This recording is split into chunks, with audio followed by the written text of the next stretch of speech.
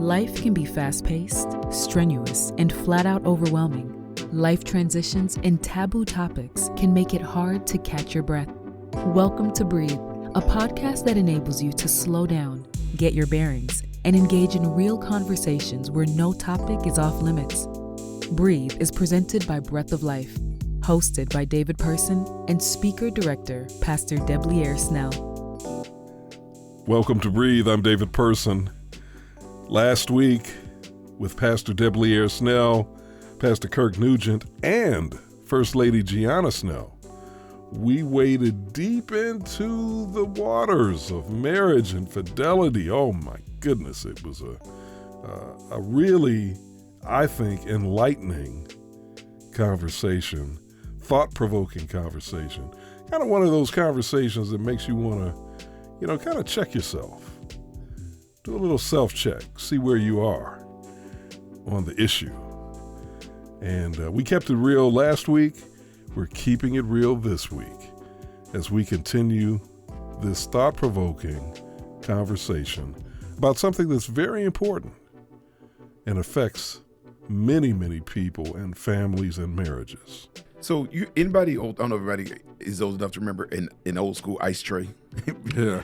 Where you have this tray and it has these 8 compartments on one side and 8 compartments on one side. Mm-hmm. I do think your marriage is generally in some trouble if you've got a bunch of individual compartments that don't touch each other. You know what I'm saying? Mm-hmm. So like I got this work compartment and this financial compartment and this is my marriage compartment, so on and so forth. Whereas your marriage is probably more like a plate of spaghetti. Whereas so like when you put your fork in and you twist one, everything is yanked and everything is kind of interwoven. Yeah. And so I think that if your life or relationship is operating in compartments, you may already have a problem, even if you're not doing anything wrong. I just think that the compartmentalization of things, so that honestly, if you're in my world in any significant way, when I twist that fork, you're going to come in contact with this group or that group of friends or my spouse or so on and so forth. It's not sectioned off quite in that way. Mm-hmm. And I'm not trying to say anybody that lives like that is morally wrong and can't have the key to success, but I do think relationally it may create some challenges down the line. I love that spaghetti analogy. I think that's right on point. Yeah. I think that's right on point. And I also like the other analogy. If your life is full of compartmentalization, there's a reason for that. There's a reason, yeah. And it may not even be a conscious reason. It may be subconscious, but there's a reason There's for a reason that. for it. And it's going to lead to trouble. It is, yeah. See, that's the thing. I feel like, the title, avoiding adultery. I think that compartmentalization is one of the surest, quickest, that's the foundation you're building, even if that wasn't the intent or purpose. That's the foundation you're building towards actually creating a scenario where that can happen. Yeah, I needed this conversation about 20 plus years ago. Marriage number one. Marriage number one. That's when I needed this conversation. Let's see here. Discussing your intimate desires with someone who isn't your partner. If that's not cheating, it's as close as you can be to cheating, in my opinion. Yeah. But so I actually do think though, that's where, so there's a term that, different marriage gurus kind of suggest, is the idea of boundaries. And so, for instance, because see, I think sometimes when you don't have just boundaries, there are times people may just be doing that in vent form. Like they're not, it's just they're frustrated. They've got to get it off their chest. They're disclosing to, and really it may just be that guy or that woman is in close proximity. They're at the cubicle next to mine. You know what I'm saying? So on and so forth. And see, there's just something even about that exchange where initially I'm just trying to get it off my chest. Yep. There is an energy mix that takes place. Absolutely. Those vulnerabilities, so on and so forth. And even if you're just frustrated, it's communicating something to her, something to him that you may not even necessarily intend. It says, all right, yo, if I'm just here, if I just listen long enough, if I'm just compassionate enough, if I can encourage those complaints, there we go. If I can keep encouraging them. So I just think that that's a situation where, like, you got to have boundaries where, like, if I'm truly frustrated, let me find a brother in Christ, or if she's a sister in Christ, or most importantly, we got to talk to each other. Yeah, there's no doubt. And kind of address the frustrations here. Because at the end of the day, there is nothing that other woman can really do to help me Solve. with Gianna, or that other guy can't help her. Right. There may be a male perspective, female perspective. I'm not saying never, but by and large, I just think you've got to deal with where the problem is, as opposed to just looking for a listening ear. I would even argue that even if that person is of the same gender, it's a problem if you're unloading your frustrations in that way. There's a disloyalty there. It may not be cheating, but there's a disloyalty. Yeah. And then, of course, it made me think about the question that people will sometimes ask, are you married? Yeah. Are you happily married? And depending upon how you answer that question, some people will take that as well, it's not it may not be a green light, but it's not a red light. Not red. Yeah, right. Yeah. It's not that red. goes back to what you said earlier about these cracks that we leave in the door, in the window. Yeah. And it's so important that we close the door, seal it. If you find any cracks over the years, go back and revisit and make sure it's sealed, because those little cracks and those little things about, we're in this little, phase where we're just trying to work on things. People hear things, which leads to another question that you hear a lot is, can men and women be friends? Because, can a married person be friends with a person of an opposite sex that's single? Because I think I've heard over the years that men who are friends with single women are not really your friend. Like, they're just waiting for that window. They're waiting for a window. That are friends with single women? Married men? Or any men. Oh, okay. Single. I see what you're saying. Oh, well, yeah. Any man. Any man or single men? Single. But it can apply to married too. Yeah, I think don't you're know. saying, right. So I would agree. Well, single men, I would agree. I agree. I would Okay. agree. I agree. agree. 5,000%. Unfortunately, that's just, it's the way we're wired. But I've also, there's this that dynamic of, can men really, can the opposite sex be really good friends?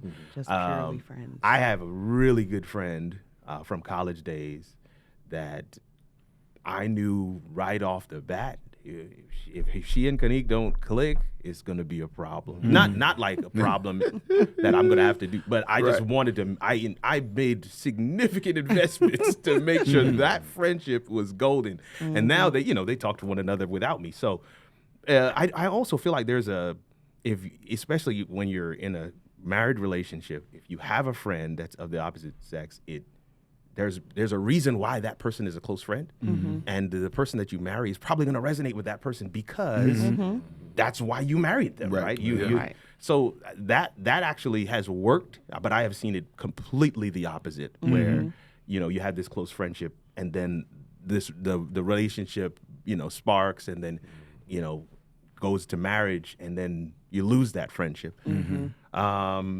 It can be a challenge. The friendships that I've had with women that were strictly platonic always were platonic, and there was the boundary was clear because of my actions and my verbiage, how I described it, and I think that's key. I think you can be friends, but it's got to be right. There can't be any ambiguity. Right. Yeah. Like maybe you kind of dated, or you kind of You have to be friends. It had to have been platonic from the beginning. All the way through. All the way through. Yeah. And it had to be platonic on both sides. I was just going to say that both sides part is right. And that's a great point. Because sometimes it's platonic to one side. Right. But, we've always not to been. the Yeah. Right. That's a great point. Yeah. No, because if she had been open, or if he had been open, it would have been more. So there's one other question in this list, or not question, but assertion here. This list of micro cheating that Sister Snell sent us that I want to make sure we bring up before we get out of here. Listen, you see, David is just killing us on this side. He's putting this all on us. So number 12. Number 12. following inappropriate accounts on social media. What does that mean to you? Oh, I didn't hear it at first. Yeah, on social media. that's micro. If not cheating, okay. Correct. Yeah, inappropriate, nudity, pornographic. You know, The Instagram model. Can I help? Can I help some folks out there? Yeah. Go ahead, Kirk. We can see that you liked it, fam. Right. It's public. Your name. Public. Yeah. And if you're my friend and it pops up in the Discover tab, which Lord, the Discover tab, it tells me that so and so liked this, and so and so liked this, and so and so liked this. So I think that's just that is the window into the fact that there is a problem. Yep. But see, this is the thing though, because I do think that a lot of men who they feel like this is just men being men. Man, mercy. And That's a whole conversation. yeah, and I think until we have a better definition of just what it means to be a man, because that's just, I mean, honestly, there are a lot of guys who just feel like that's just, I'm a man. That's what we do. I'm less than a man. And, you know what I'm saying? Yeah. And we they exchange and, hey, you know, your coworker and so on and so forth, and they send. Yep. And it's so common that I don't even think that people see something wrong with it. And so they'll maybe try to be a little discreet and not let their wives, or at least they think their wives, are not seeing or noticing or paying attention. Yeah. But I do think that there is a call to maturity that we have to make and it's not just men. Okay, That's that's the only thing I was going to add. Yeah. It's the only thing I was going to But add. I do think that's where like the major justification comes from. It's just like, you know, I'm just looking, you know, man, Yeah. Whereas I do think that we have to kind of put some safeguards. I think there's a text in the book of Job, and I'm forgetting it, where he talks about how I made a covenant with my eyes not to look lustfully on a maiden or a young woman. And I think at the end of the day, at some point, in the book of Ecclesiastes talks about how the eye is not satisfied with seeing. And so I just think that there is, because at the end of the day, it awakens desire. It's just kind of like, you know, how you ever been somewhere where you're not hungry necessarily, you're not starving, but then you'll see like a McDonald's commercial or a Dairy Queen commercial, and then all of a sudden like, oh man, because the eye is not satisfied with seeing, and you can kind of be good, but like then you see Beyonce, you know, Cardi B, you know what I'm saying, and you're like, oh okay, you know. So I do think there's a much higher standard that I do think that we got to embrace in order to keep from sabotaging what we value the most.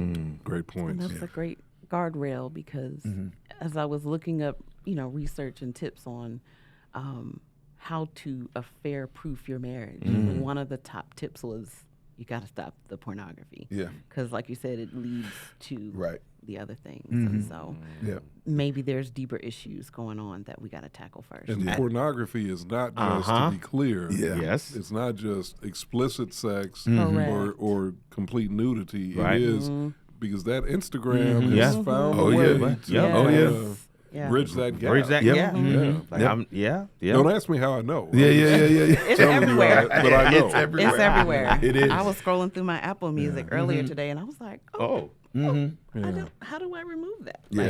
It just pops up, you know. And I pray for our children and for everyone who is trying to live a pure life, because it's just you don't even ask for it. It's like it's just there. So, final question, because I know we're out of time. Let's talk about safeguards. Give us some safeguards for marriage. Okay. Safeguards. Communication. We talked about that. Just being open. Yeah. I also just want to say, as a woman, Stormy Martian in Power of a Praying Wife encourages wives to pray. Keep my husband's eyes on me. You know, keep his thoughts on me. Keep his lustful desires toward me. And that's been a powerful prayer that I picked up early on in our marriage.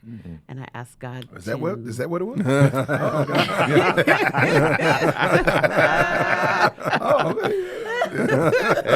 Keep his eyes glued over here. No, but, you know, we have to pray as wives that our eyes and our hearts would be toward each other.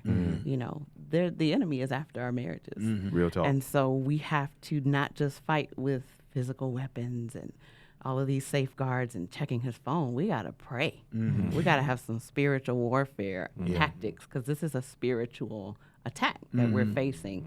And so that's definitely one of mine. And then the last one is just, as I was reading, it encouraged to keep the bedroom spicy. Keep it spicy. Keep it spicy. Don't hold out. Don't just have these moments where it's just like, we just that's gonna be an afterthought. No, keep it fresh, keep it hot. Make sure that you're being intentional in that area so that there's no desire, at least on my part, for you to be going over here and over there. The only thing I'll add, I know you're gonna jump in, is the daily check-in or frequent check-in. I know for us, we have this practice after the kids have gone to bed where we just kind of chat with one another about the day. And I'm just a talker. I like to talk, and most people think Kanique doesn't, but she actually does talk a lot to me. And we will just kind of chat about different things. And in those conversations, many times we've been able to nip things that could have been bigger if we just didn't have that check-in. And I feel like a lot of people, not just in marriage, but in many aspects of life, are not doing enough reflection. We don't think about what has transpired today so that we can learn and do something different tomorrow, or make a change or slight tweaks so that we can have some improvement, or we can guard against some of the things that we're seeing. So even just the joking, like, man, I did this and this popped up on my phone. Look. And then we laugh about it, and then later she might say, maybe not that. Maybe what can we do to safeguard against that? I wasn't even thinking that way. I was just sharing it because we're in that practice of checking in. Sure. But then that helps us to now again safeguard our marriage even further. So Couple thoughts. You talked about this in different family settings. Adultery essentially.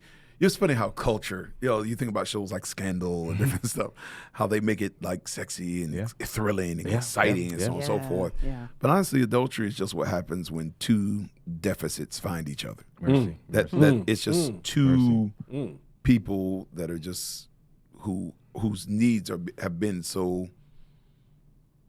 overlooked for such a lengthy period of time. And so I just think that when a husband and wife and they prioritize one another's needs, so whether it's a need for attention, conversation, whether it's sexual, whatever it is, affirmation, whatever it is, I just think at the end of the day, it oftentimes it has very little to do with that other person. That's right. What they have in abundance, how sexy they are, how nice they, how wealthy they are.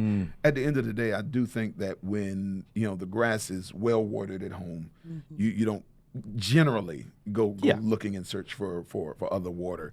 So I do think that that's really where it starts, because at the end of the day, when a woman is happy at home, when I am happy at home, and I would say because you're happy at home, it shows.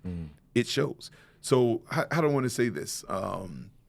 Because and you mentioned it earlier, the ring, it only matters to people of a certain character. This is true. You know what I'm saying? No, this is so true. At the end of the day, to another group, that's a target. It's a target, right? So either your energy, your disposition, your conversation has to say to the world, like, I'm in it. You know what I'm saying? I'm straight. So I do think that when the inner world is strong, it shows up in the outer world, and that's actually the greatest repellent. Is a soul that says I'm satisfied where I am. Right. And then I do think that there's just something about just knowing where to be and where not to be. Like I do think that's this a is good one. Not just to avoid the adultery, but it's to avoid the drama. So I was counseling with somebody recently, brother who. He likes to, kind of tend to an after-hours spot. Not a gentleman's club, but just like a just little tavern here. But that's where single women hunt. And it's creating trauma. He said, I haven't even done it. And I'm just kind of saying part of that is kind of knowing where to be and where not to be. So great point. You're in a group setting, you know what I'm saying? You're with single man. The girls are there for the single man, but you're in that space. Girlfriend of your wife shows up, you know what I'm saying? And now you got to answer for things. Yeah. So the text you use, 1 Thessalonians 5:22, avoiding the appearance of evil. Yeah. But at the end of the day, if I'm not shopping, I'm not in Publix. You know what I'm saying?